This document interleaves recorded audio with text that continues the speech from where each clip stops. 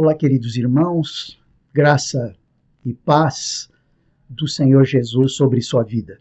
Espero que você esteja bem, que você tenha passado bem, que o Senhor tenha trabalhado em seu coração e aquecido o seu coração. Em tempos de esfriamento, em termos de temperatura, eu tenho certeza que o Senhor está fazendo grande obra no sentido de aquecer o seu coração e aquecer inclusive o seu corpo. O Senhor tem nos dado toda a condição e todos os benefícios para que a gente estivesse indo bem, que nós estivéssemos recebendo benefícios do Pai, e sem dúvida nenhuma nós temos recebido grandes benefícios. Vivemos nos tempos de hoje grandes impactos, à vista até do que temos visto ali no Rio Grande do Sul, tem impactado as nossas vidas. Muita gente desabrigada, muita gente necessitada. Quando nós olhamos, nós aqui no Sudeste, nós temos sido muito abençoados pelo Senhor. Isso também não significa que deliberadamente o Senhor não tenha abençoado aquele povo. Por que o Senhor está fazendo tudo aquilo?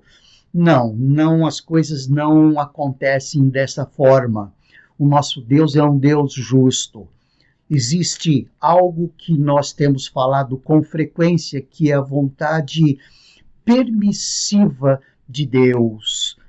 Estamos debaixo dessa vontade permissiva de Deus. Hoje vivemos sobre esse impacto à distância, mas em algum momento da nossa vida, nós poderemos estar sofrendo outros tipos de impactos e que nos levam a maximizar a nossa fé de que o Senhor está sempre conosco, da mesma forma como o Senhor está com aquele povo ali no Rio Grande do Sul.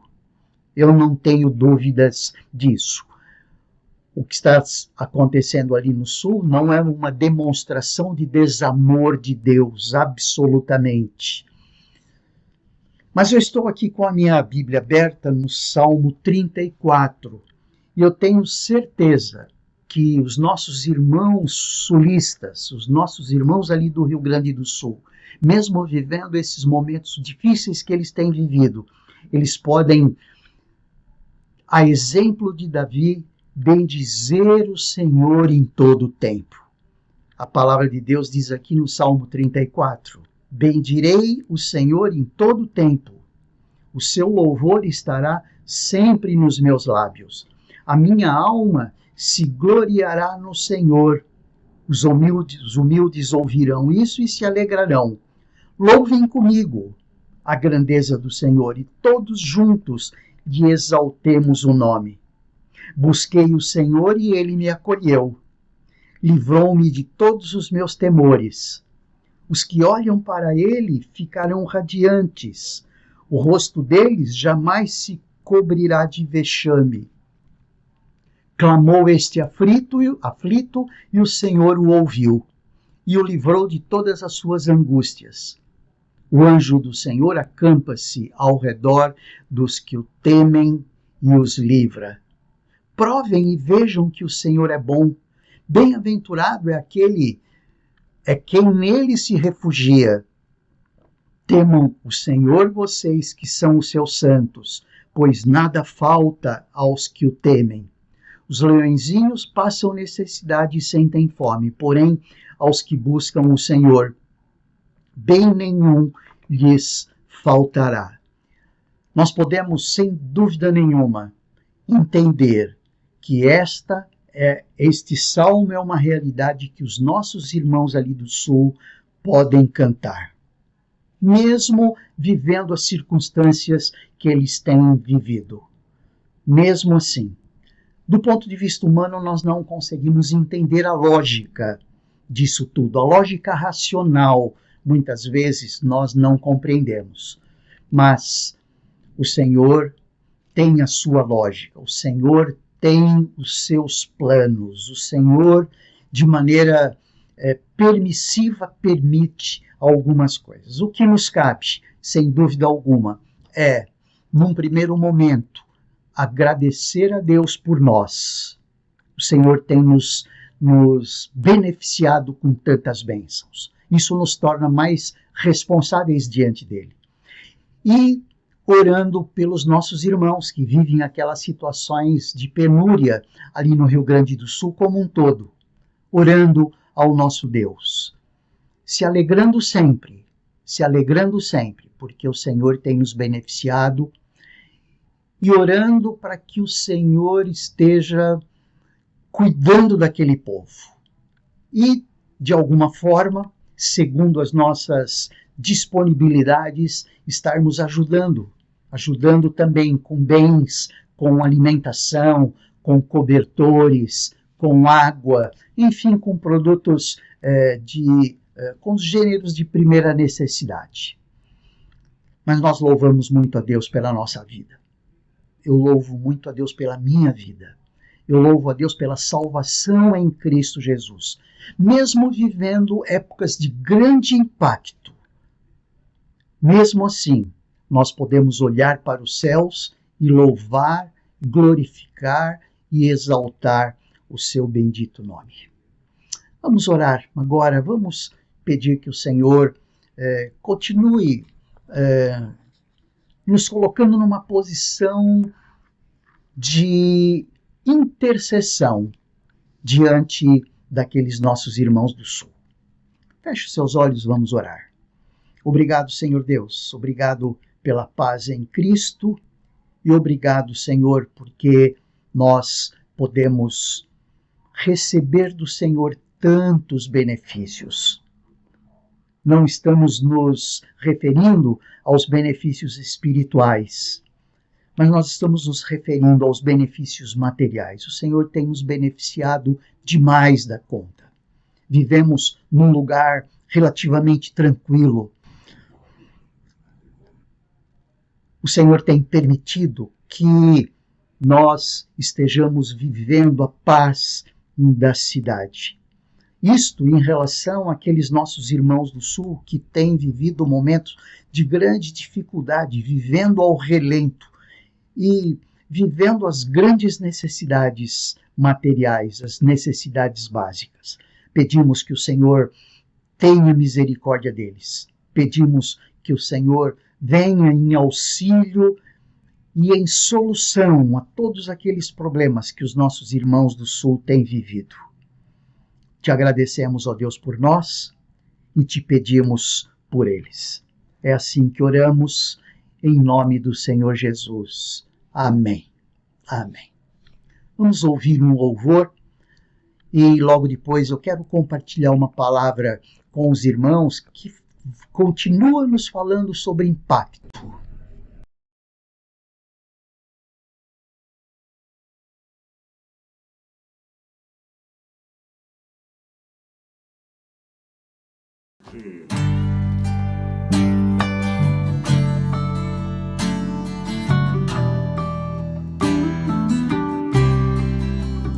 Eis-me aqui outra vez diante de ti, abro meu coração, meu clamor tu escutas e fazes cair as barreiras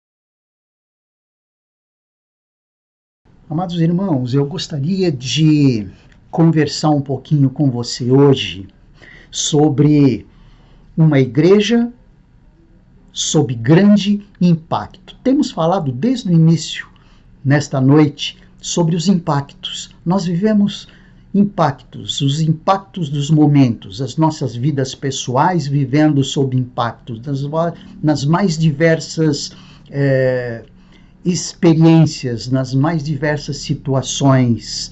Vivemos sob impacto do nosso aniversário, do aniversário da Igreja Batista Vida Nova. Que quarta-feira maravilhosa que pudemos experimentar na quarta-feira passada. Que domingo memorável, grande impacto.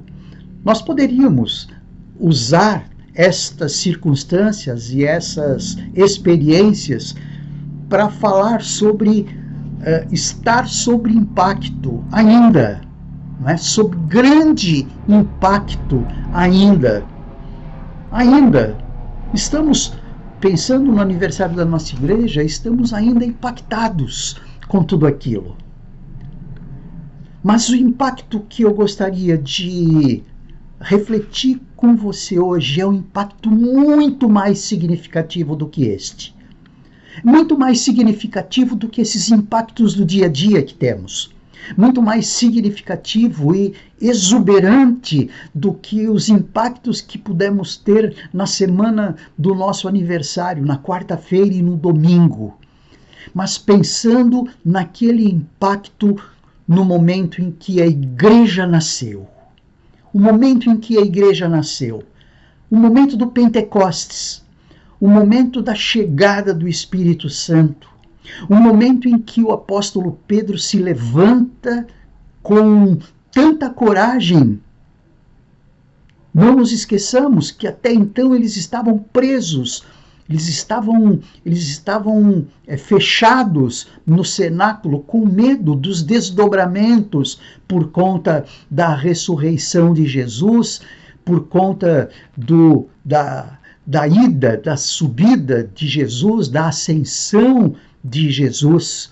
Eles estavam ainda sob impacto, mas Jesus tinha dito para eles: olha, não se ausentem de Jerusalém, vocês receberão o batismo do Espírito Santo. E o momento de grande impacto foi o momento em que Pedro se levantou, cheio do Espírito Santo, e começou a pregar. Ele pregou com tal impacto, ele pregou com tal poder, que naquele dia houve 3.000 almas se levantaram, 3.000 almas aceitaram a Jesus. Os meus olhos estão postos no livro de Atos. Você já deve ter localizado aí na sua mente e no seu coração esse tempo de grande impacto aqui. Então, quando nós olhamos o capítulo 2 do livro de Atos, que o livro de Atos significa ou representa o nascedouro da igreja. A igreja nasce. A igreja de Cristo toma corpo com a chegada do Espírito Santo, com o batismo do Espírito Santo, com a unção e o poder que só o Espírito Santo pode efetuar nas nossas vidas. E a partir do versículo 37 do capítulo 2, o texto diz assim: quando ouviram isso, ou seja, o apóstolo Pedro estava já se encaminhando para o grande finale da sua mensagem, eles ficaram tão comovidos diante de tudo aquilo que eles tinham ouvido e perguntaram a Pedro e aos demais apóstolos: que faremos, irmãos?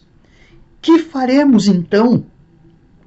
Pedro respondeu: arrependam-se e cada um de vocês seja batizado em nome de Jesus Cristo para a remissão dos seus pecados.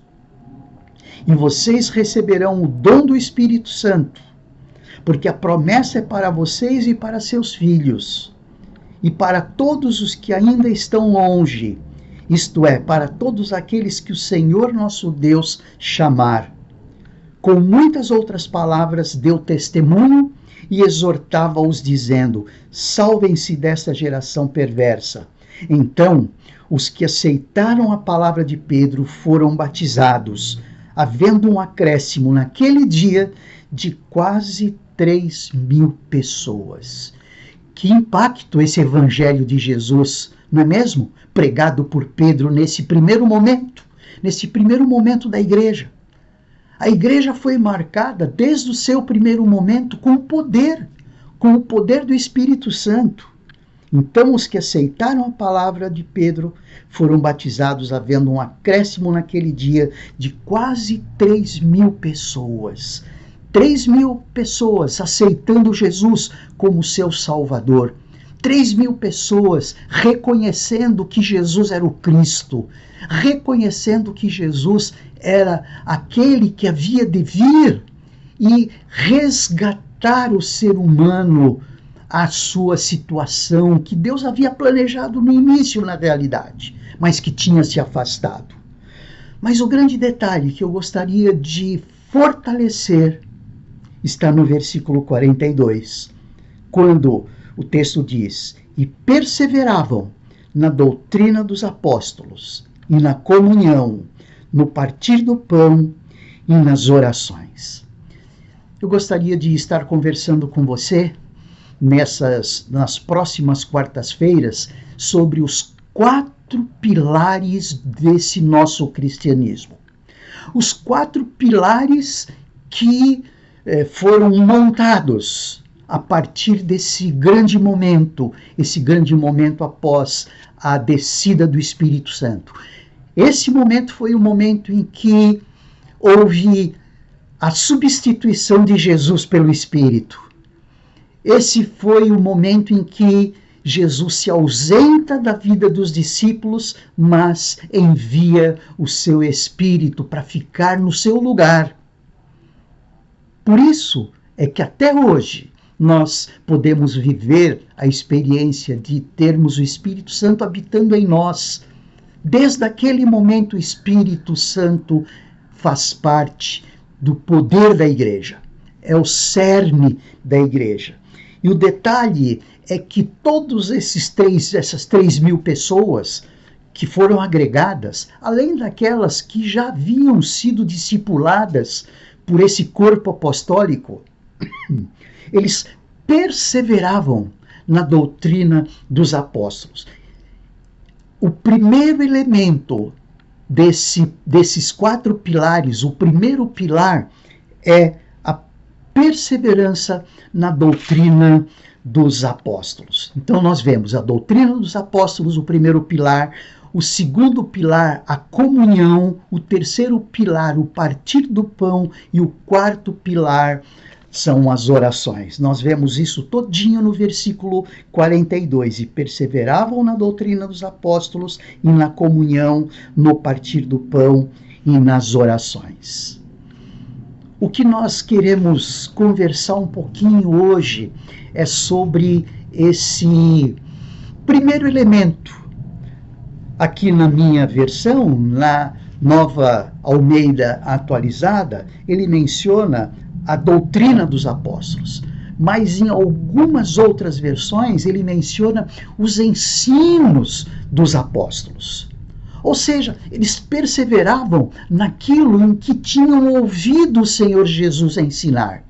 Tudo aquilo que Jesus tinha repassado para eles do Pai, toda aquela revelação, toda a revelação do Pai na pessoa de Jesus. Jesus havia ensinado os seus discípulos. Quando nós olhamos, por exemplo, para um texto de Mateus no capítulo 28, ali a partir do versículo 19, a partir do versículo 18, 19 e 20, nós vemos que Jesus havia dado uma ordem: ide, ou vão, façam discípulos, ide, fazei discípulos de todas as nações, batizando-os em nome do Pai, do Filho e do Espírito Santo, ensinando-os a experimentar, a viver tudo o que eu vos tenho ensinado. Então, a doutrina dos apóstolos tem a ver com esse corpo de doutrinas, com esse conteúdo que Jesus havia ensinado para os discípulos. Isso tem a ver com a cristologia.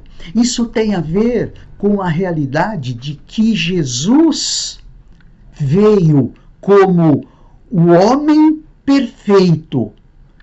Jesus veio em substituição a Adão. Adão foi feito por Deus de maneira perfeita, mas por conta da desobediência, por conta da rebelião, ele se afastou de Deus, ele se rebelou contra Deus.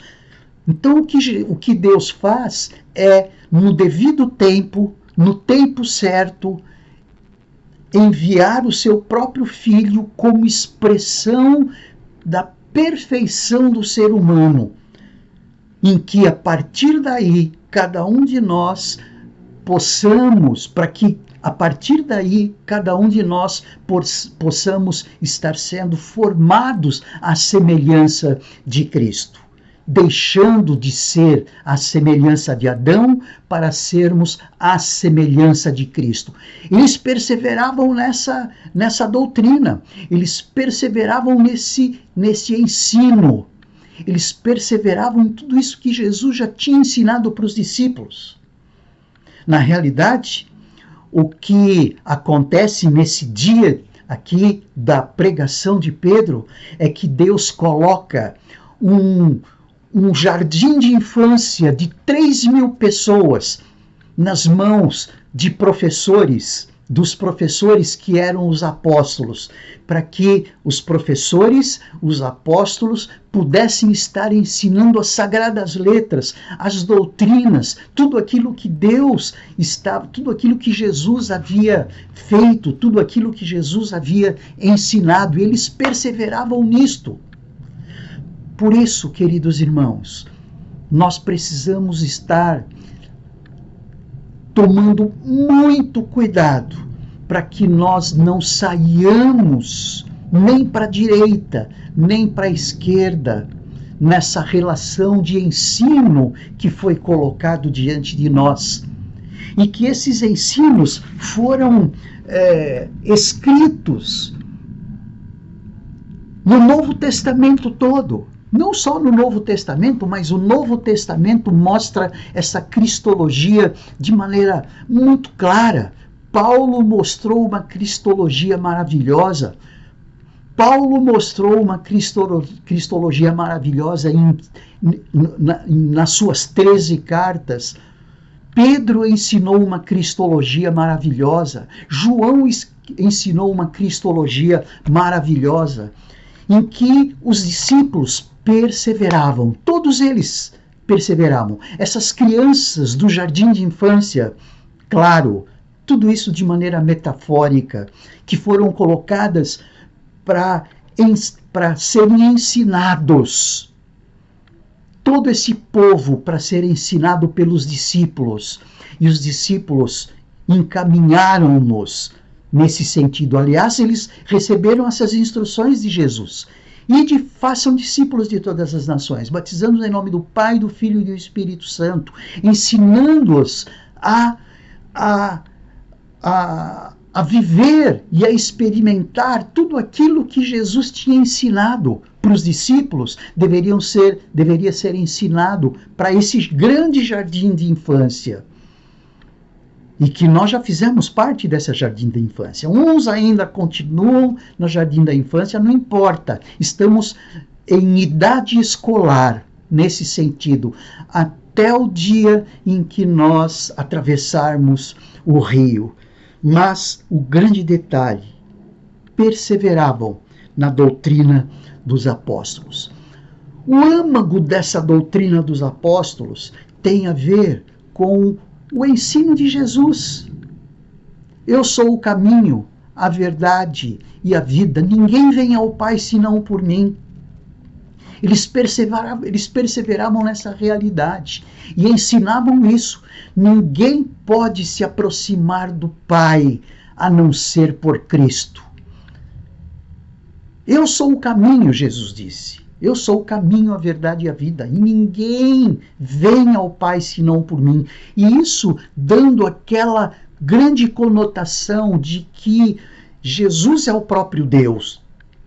Jesus é a segunda pessoa da Trindade.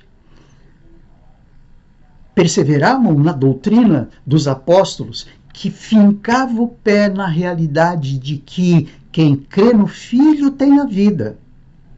Quem não crê no Filho não tem a vida, mas a ira de Deus sobre ele permanece.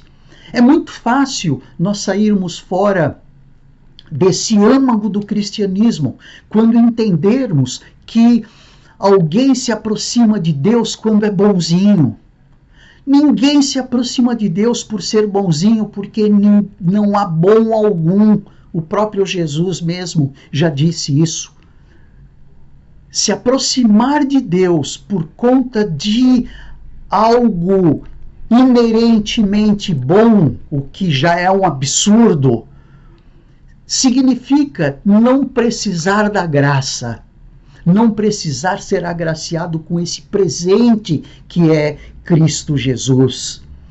O presente de ser regenerado, o presente de ser gerado de novo. Como João diz ali no capítulo 1 do Evangelho de João, ele veio para o que era seu e os seus não o receberam. No entanto, todos quantos o receberam, deu-lhes o poder de se tornarem filhos de Deus. Perseveravam nessa doutrina, nesse ensino de que filho de Deus é aquele que nasce de Deus, como o texto de João nos diz. Sendo filho de Deus, não aquele que nasce de maneira natural, a partir do relacionamento do pai e da mãe. O texto é quase que explícito ali no Evangelho de João, mas que nascem de Deus. Não que nascem de maneira natural, porque esses não são filhos de Deus, esses são criaturas de Deus. Perseverar na doutrina dos apóstolos significa crer que nascer de Deus é o que nos torna cristãos. O que nos torna cristãos não é a membresia em uma igreja. O que nos torna cristãos não é ter nascido num lar cristão. O que nos torna cristão não é passar por uma experiência de batismo. O que nos torna cristão é receber Jesus no nosso coração. Essa experiência de novo nascimento é a experiência de ser nascido de novo. É isso que vai fazer com que nós sejamos filhos de Deus. Essa transformação é operada através do novo nascimento. É como Jesus ensina ali no capítulo 3 do Evangelho de João, quando ele conversa com Nicodemos. Ninguém pode nascer do alto. Ninguém pode não nascer de Deus se não for pelo Espírito Santo de Deus. De maneira muito clara. Ninguém pode ser de Deus se não nasce de Deus. Nós vemos isso de maneira muito clara ali no Evangelho de João, para ser bastante correto e não incorrer em erros ali na transmissão. O texto diz muito claramente assim ali no Evangelho de João: em verdade lhe digo que se alguém não nascer de novo, não pode ver o reino de Deus. É esse nascer de novo que João vem dizendo ali no capítulo 1, que ele veio para o que era seu e os seus não receberam, mas todos quantos o receberam, deu-lhes o poder de se tornarem filhos de Deus. Os discípulos estavam ensinando isto àqueles que tomaram uma decisão ao lado de Cristo, aqui no capítulo 2, no início da igreja cristã.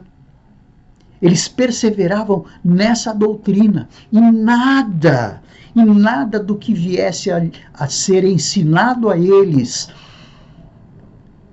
perturbava esse verdadeiro ensino. Então eles eram muito perseverantes, e é nessa doutrina que nós precisamos perseverar. Crer que o Evangelho pregado e recebido é que torna alguém filho de Deus. Isso tem a ver com a nossa missão como igreja. A missão da Igreja Batista Vida Nova é ser uma igreja adoradora, referência na restauração de vidas, através da proclamação do Evangelho de Jesus, a fim de apresentá-las perfeitas em Cristo. Essa é a nossa missão. Essa é a missão que encontramos naquele marca-página que nós recebemos na semana passada. A nossa missão como igreja não é nos reunir socialmente ali de maneira dominical, ou mesmo às quartas-feiras, ou mesmo às terças-feiras, como fizemos ontem no culto de oração às 14h30, mas ser uma igreja adoradora, referência na restauração de vidas. Nós precisamos ser referências nessa missão. Nós não podemos nos esquecer disso, nós precisamos perseverar nisto. O que nos faz perseverantes na doutrina dos apóstolos, no que tange a nossa missão da igreja, é sermos referências nessa restauração a partir de nós. A partir de nós. Como nos foi pregado domingo, através da oração, através do conhecimento de Jesus, através do poder do Espírito Santo. E a nossa visão, o que nós temos em mente, o que nós temos como visão, significa influenciar as pessoas com os valores ensinados por Cristo, levando-as a experimentarem vida abundante, no sentido espiritual e emocional. Então essa é a nossa visão. Isso que faz com que nós tomemos o versículo 42, na sua primeira parte, como um dos pilares do nosso cristianismo, um dos pilares do nosso ser cristão, é perseverar nessa doutrina, na doutrina dos apóstolos, nos ensinos dos apóstolos que tem a ver com entregar uma mensagem que restaura vidas, entregar uma mensagem que restaura vidas, a mensagem da proclamação do Evangelho. Sendo assim, tendo o objetivo de apresentá-las perfeitas em Cristo, como diz o texto de Paulo aos Colossenses no capítulo 1, versículo 28. O texto de Paulo diz ali muito clara: este Cristo nós anunciamos, advertindo a todos e ensinando a cada um em toda sabedoria, a fim de que apresentemos cada pessoa perfeita em Cristo. O nosso papel não é apresentar a pessoa perfeita na sua essência. É nós apresentarmos as pessoas perfeitas em Cristo. Eu sou perfeito em Cristo. Você é perfeito em Cristo. Percebem? Não pelas minhas ações, não pelas minhas capacitações, mas a perfeição em Cristo. Nós podemos ser vistos por Deus como perfeitos. Por quê? Porque Deus olha para Cristo ao olhar para nós. Deus olha para Cristo Jesus, porque foi a partir de Jesus que a minha salvação foi empenhada. Isso significa doutrina, isso significa ensino. Nosso cristianismo, queridos irmãos, ele deve ser estrito nesse sentido. Ou seja, a nossa perfeição só acontece em Cristo. Nós não somos perfeitos em nós mesmos, por nós mesmos. Nós somos perfeitos em Cristo Jesus e precisamos perseverar nisso. Isso significa depender cada vez mais da sua graça. Isso significa estarmos sendo a cada dia formados à semelhança de Jesus. Hoje, mais semelhantes a Jesus do que fomos ontem. Amanhã, mais semelhantes a Jesus do que fomos hoje. A semana que vem, mais semelhantes a Jesus do que fomos esta semana. E da mesma forma, mês, anos, até o momento em que nós nos apresentaremos diante do Pai em perfeição, porque Cristo é quem nos torna perfeitos. Então, é o ser gerado de novo. É isso que nós precisamos perseverar. Perseverar na pregação, perseverar na dependência. Na dependência. Nós não podemos depender de nós mesmos. Nós não temos condições, absolutamente não temos condições de conseguir benefício algum de Deus, a não ser pela sua graça e misericórdia dele. Isso significa perseverar na doutrina dos apóstolos. Significa depender de Deus completamente, depender da ação de Cristo na cruz, de maneira plena, total.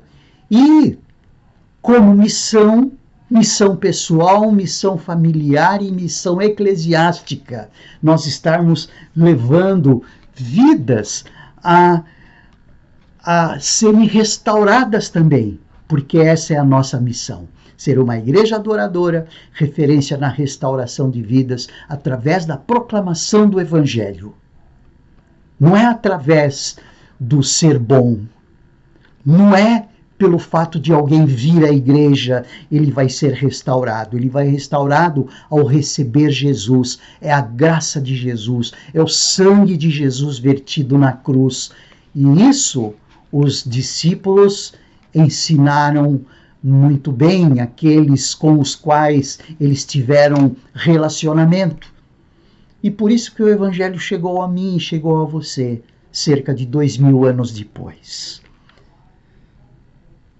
Perseveravam na doutrina dos apóstolos. Então, o grande pilar do cristianismo é essa doutrina. É isso que Pedro ensinou no sermão ali em Pentecostes. É isso que Pedro ensinou e levou cerca de 3.000 pessoas a receberem Jesus e a serem batizadas.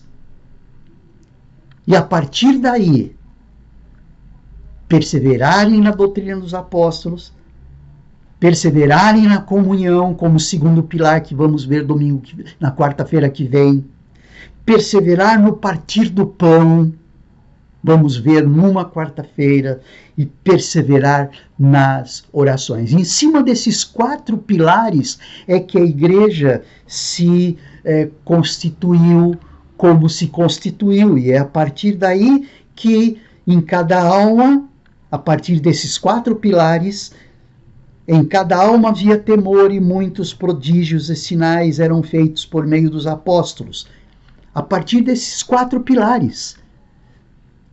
Não fosse o ensino, não fosse a comunhão, não fosse o partir do pão, não fosse as orações, não poderia haver temor. Como havia, em cada alma havia temor e muitos prodígios e sinais eram feitos por meio dos apóstolos. Todos os que criam estavam juntos e tinham tudo em comum. Vendiam as suas propriedades e bens, distribuindo o produto entre todos, à medida que alguém tinha necessidade. Diariamente, perseveraram unânimes no templo. Partiam o pão de casa em casa e tomavam as suas refeições com alegria e singeleza de coração, louvando a Deus e contando com a simpatia de todo o povo. Contando com a simpatia de todo o povo. Ou seja, o povo via o status quo dos cristãos. O povo descrente, o povo que não cria, o povo ímpio, via a maneira como os cristãos viviam. A partir do quê? A partir dos 4 pilares. a partir do ensino dos apóstolos, a partir da comunhão, a partir do pão, a partir do partir do pão e a partir das orações. Enquanto isso, o Senhor lhes acrescentava dia a dia os que iam sendo salvos. Nós somos uma sequência dessa lógica. Nós estamos alicerçados nesses 4 pilares do cristianismo, embasados aí nesse versículo 42 do capítulo 2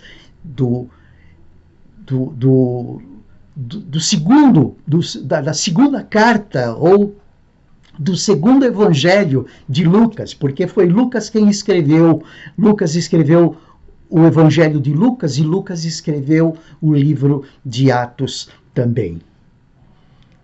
Perseveravam na doutrina dos apóstolos, perseveravam no ensino dos apóstolos. O impacto que havia tinha a ver com essa perseverança do ensino. Fomos impactados na semana passada com alegria, mas esse impacto, ele é muito maior. Esse impacto é muito mais profundo. Por isso que o tema de todas essas quartas-feiras será uma igreja sobre forte impacto. Amados irmãos, nós precisamos viver essa igreja e sob esse forte impacto. Sermos a Igreja Batista Vida Nova, uma igreja sobre grande impacto. Aproveitando simplesmente aí o momento do grande impacto de alegria do nosso aniversário, mas querendo mostrar aí que o grande impacto que realmente nos faz como verdadeira igreja é o impacto a partir desse primeiro pilar, o ensino apostólico, que todo o Novo Testamento começa a se especializar e nos ensinar de maneira tão intensa. No Antigo também, mas mostrando o que aquilo que aprendemos no Novo tem raízes lá no Antigo Testamento como revelação progressiva. Que o Senhor nos ajude a perceber que somos uma igreja sob forte impacto. Feche os seus olhos, meu irmão, e vamos orar mais uma vez. Logo depois, ouvir mais um louvor. Obrigado, Senhor Deus. Obrigado porque somos uma igreja que vive sob forte impacto. Não os impactos que marcam a nossa vida circunstancial, mas esse impacto evangelizador, esse impacto que nos fez nascer de novo, esse impacto que nos aproximou do Senhor, esse impacto que nos fez ter essa experiência magnífica essa experiência magnífica da salvação em Cristo Jesus, termos a convicção desse sangue que, vertido na cruz, nos lavou de maneira completa e nos apresenta sem pecado diante do Senhor. Obrigado, Pai. Obrigado. Que nós não percamos de visão este primeiro pilar, o ensino dos apóstolos. É a nossa oração em nome de Jesus. Amém.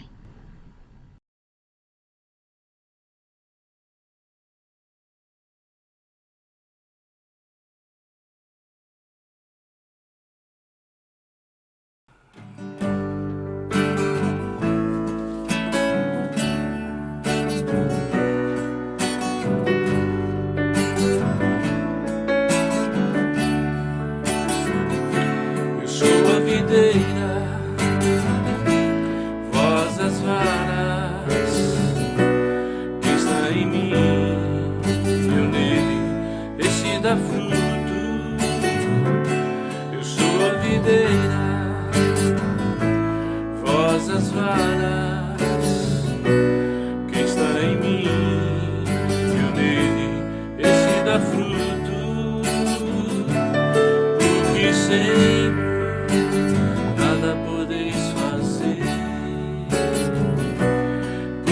sem mim nada podeis fazer,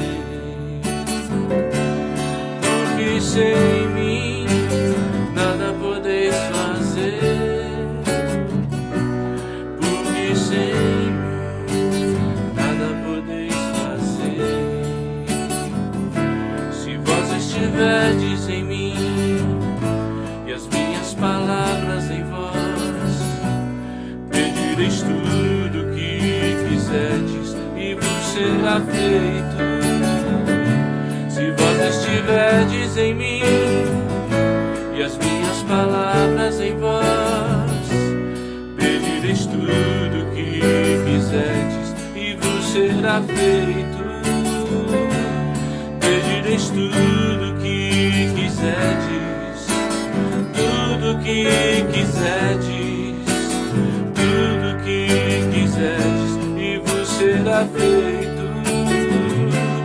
Pedireis tudo que quiserdes, tudo que quiserdes, tudo que quiserdes e vos será feito.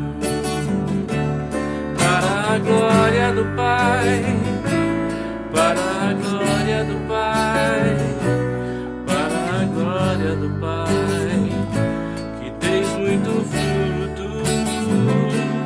Para a glória do Pai, para a glória do Pai, para a glória do Pai, que tens muito fruto.